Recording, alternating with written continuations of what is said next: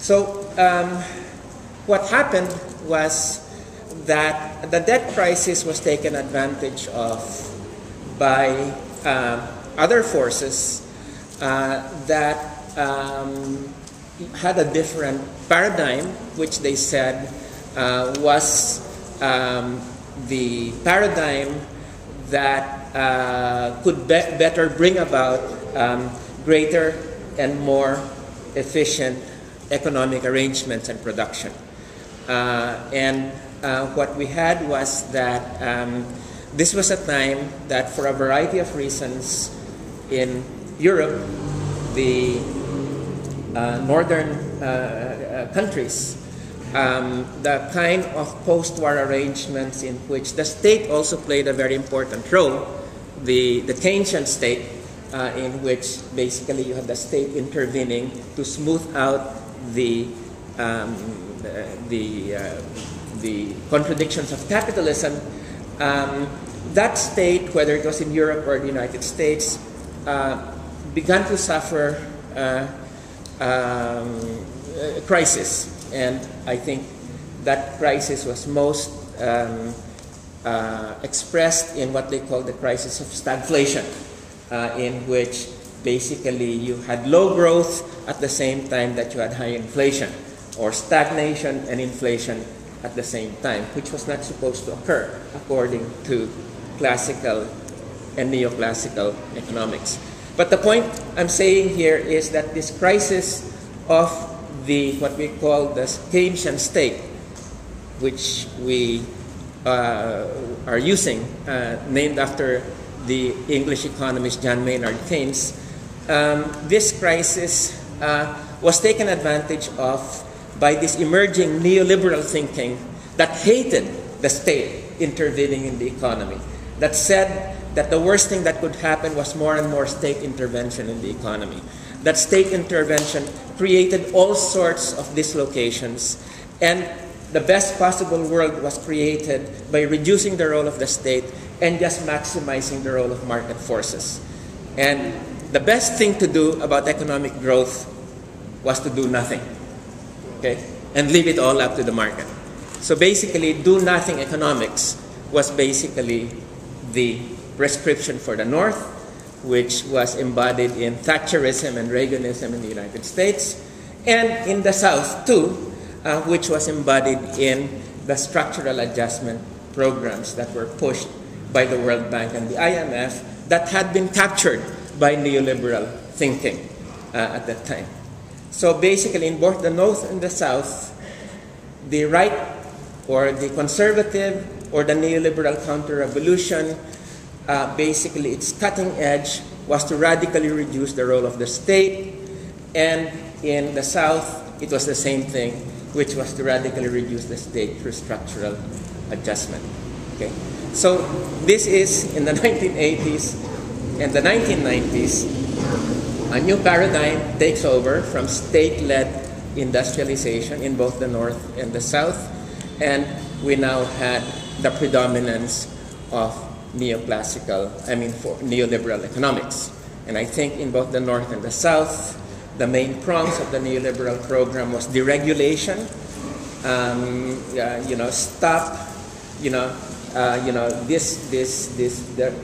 the regulatory powers of the state, whether it's in industry or in trade or finance, had to be reduced.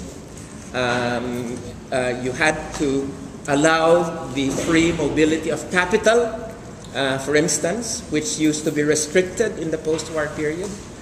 Trade liberalization, which meant that you really had to eliminate quotas and tariffs and bring tariffs down, and get the state out of production, which meant just get the state out of any sort of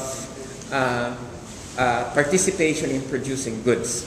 So I think it's fair to say that these were the three prongs of the neoliberal counter-revolution in the North and the South, which was justified by saying that in the long run, this would produce more efficient economies.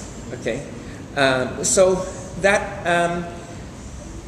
basically, I think what we saw was that whether it was in the North or the South, the idea was that the state would lead a process of national economic development. Okay?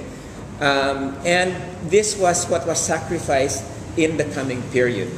That basically this idea of national economic development was seen as inefficient, it was non-productive, that it really interfered with this whole idea of controlling your external relations in order to prioritize national development. This was seen as, in fact, distorting the market. And if you distorted the market, it would result in all sorts of inefficiencies. Okay? So this then coincided, this neoliberal adjustment, globalization, coincided with the erosion of the national economies, the disintegration of the national economies. And this was seen as good.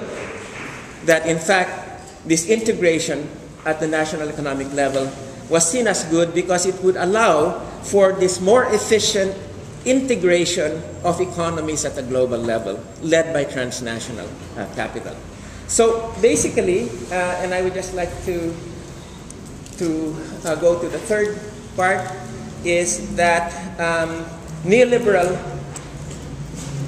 adjustment, globalization, what was promised? It was promised that there would be higher rates of growth.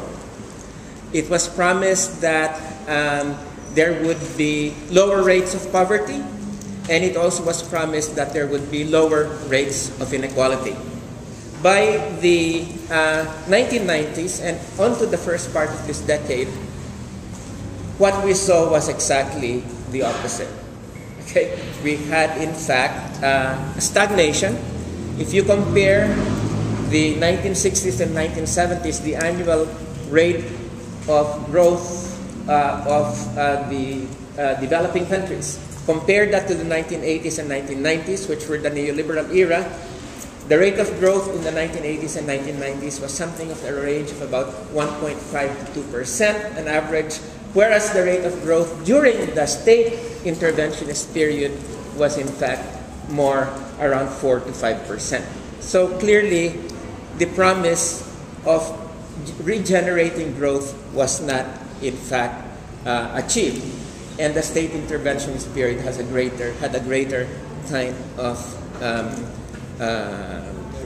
better record.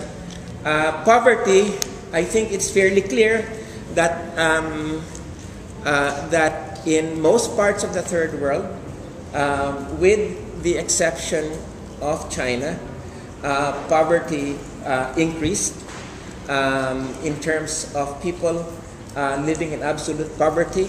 That there was registered an increase at that level. So in most parts of the third world, with the controversial exception of China, in fact, poverty increased. And then